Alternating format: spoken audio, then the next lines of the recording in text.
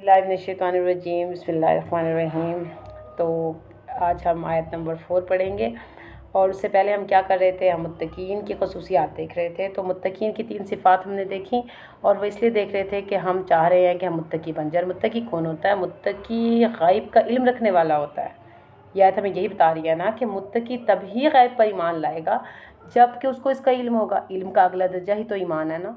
तो ग़ैब पर ईमान क्या नज़र नहीं आता हमें, और ग़ैब नज़र नहीं आता, और हम नमाज को अदा करने के बजाय कायम करने की कोशिश की। कायम कैसे करते हैं? कायम ऐसे करते हैं जैसे हम अपने मोबाइल को चार्ज करते हैं, क्योंकि ग़ैब जो है वो जल्दी से ग़ायब होने, मतलब वो ग़ैब का इल्म जल्दी से चला जाता है। तो अल ग़ैब से जब हम अपना ताल्लुक़ कायम रखते हैं तो ग़ैब का इल्म भी हमारे तक आता रहता है। फिर हमारे लिए जो आम चीज़ें होती हैं वो ख़ास हो जाती हैं। और फिर हमने देखा कि रिज़्क़, रिसोर्सेज, एनर्जी, स्किल, माल, पैसा, वो हमने क्या करना है, सेव कर लेना है।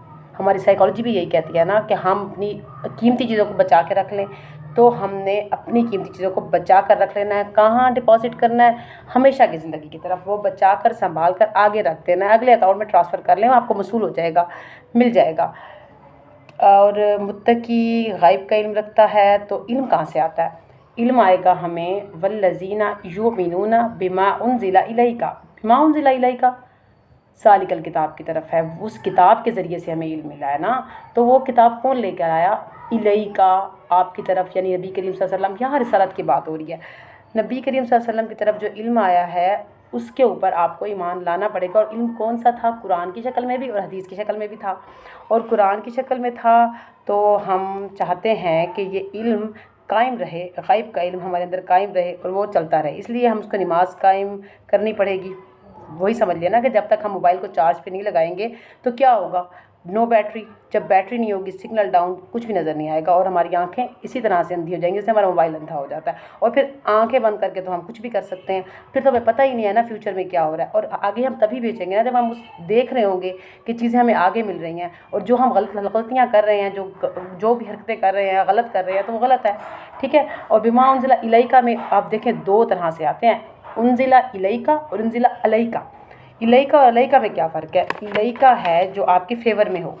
अब यहाँ पर अलैका के मायने में आया, यानी कि कुरान आपके लिए गिफ्ट है, वो आपके फेवर में है। ठीक है। और जब इलैका के मायने में आएगा तो कुरान वो है जो आपको बताता है आप कहाँ गलत हैं, आपके आइज़ ओपन कर देता है कि यहाँ आप ओप्रेसर है, ज़ालिम बन रहे हैं, यहाँ आप झूठे हैं, यहाँ पर आप मुजरिम हैं, यहाँ पर आप क्रिमिनल हैं, यू हैव टू बी से सॉरी।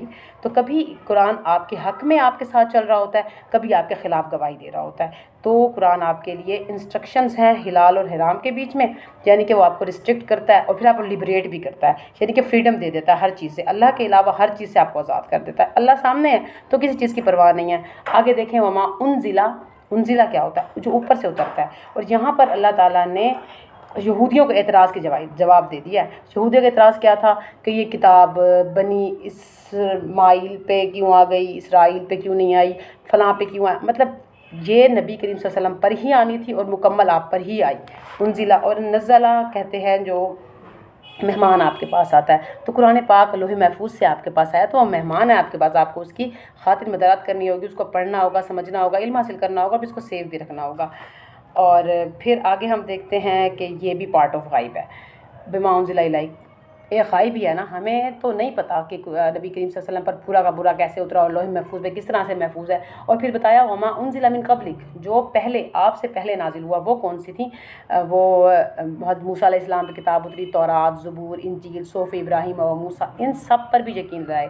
अगर इन पर यकीन लाएंगे तो अभी एट दैट टाइम हम देखें ओल्ड टेस्टामेंट, जिसको हम यहूद की किताब कहते हैं, और वो चैप्टर नंबर 18 और 18 डेटरमाइन में इस वक्त भी मौजूद है। हज़रत मूसा अलैहिस्सलाम ने कहा था कि मैं तुम्हें ऐसा इल्म मेरे पास है जो मैं तुम्हें नहीं दे सकता, क्योंकि तुम्हें इसकी काबिलियत नहीं है। मेरे बाद एक और आएगा, वो आपको उसका इल्म देगा, वो आपको समझाएगा। और अगर न्यू टेस्टामेंट में जाएँ तो गॉस्पेल ऑफ जॉन में 15, 18, 19 में प्रोफेसीज़ हैं। और हज़रत ईसा ने कहा था कि मेरा जो वो कहते हैं कि मेरा बाप, तो उन्होंने कहा कि उसके मेरा बाद आएगा जो तुम्हें वो इन्फॉर्मेशन देगा, और उसके मुंह से वो अल्फाज निकलेंगे जो अल्लाह ताला उनके मुंह में डालेगा। जैसे हम अपनी आयत में पढ़ते हैं वमन यंतिकु अनिल हवा इल्ला हुवा वही अन युहा, कि नबी करीम सल्लल्लाहु अलैहि वसल्लम वो बोलते हैं जो अल्लाह ताला फरमाते हैं। तो वो भी, और ये उन्होंने हज़रत ईसा ने ये भी कहा था कि मेरे बाद وہ میرا نام روشن کرے گا۔ اور ایسا ہی ہوا، یہود نے جو تہمتیں لگائیں حضرت عیسیٰ پہ وہ ختم کر دیں، جو شرک کا تہمت لگائی عیسیٰ علیہ السلام کی قوم نے ان کے اوپر،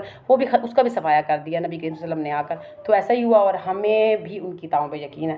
آگے دیکھیں، وبالآخرۃ ہم یوقنون، بالآخرہ کیا ہے؟ آخرہ ایک تو آخر میں آنی ہے نا قیامت، وہ بھی غائب ہے، وہ بہت بڑا غائب ہے، لیکن ہم اس پہ یقین رکھتے ہیں۔ اور دوسرا، ہر انسان کا بھی ایک آخری وقت آئے گا، جس کا جو وقت آخر ہوا وہ اس کے لیے قیامت ہو گیا، وہ اینڈ ہو گیا، تو وہ بھی ایک بالغیب ہے۔ اور آخرت کا یقین انسان کا قبلہ درست کر دیتا ہے۔ جب ہمیں یقین ہے کہ ہم نے جواب دینا ہے تبھی تو ہم اس پہ عمل کریں گے۔ جب ہمیں یقین ہی، اچھا، اور پہلے آتا علم، پھر ایمان، اور آخری درجہ ایمان کا کیا ہے؟ یقین۔ ٹھیک ہے، یہ علم کا سب سے آخری درجہ، اور یہ ایسے سمجھ لیں کہ ہم دیکھیں کہ آگ جلاتی ہے، ہم اس پہ ایمان رکھتے ہیں، اور اگر ہم دیکھ بھی لیں کہ کسی کا ہاتھ اس سے جل بھی گیا تو ہم اس کو دیکھ کے ہمیں ایمان آ گیا، ہاں جی بالکل یہ جلاتی ہے۔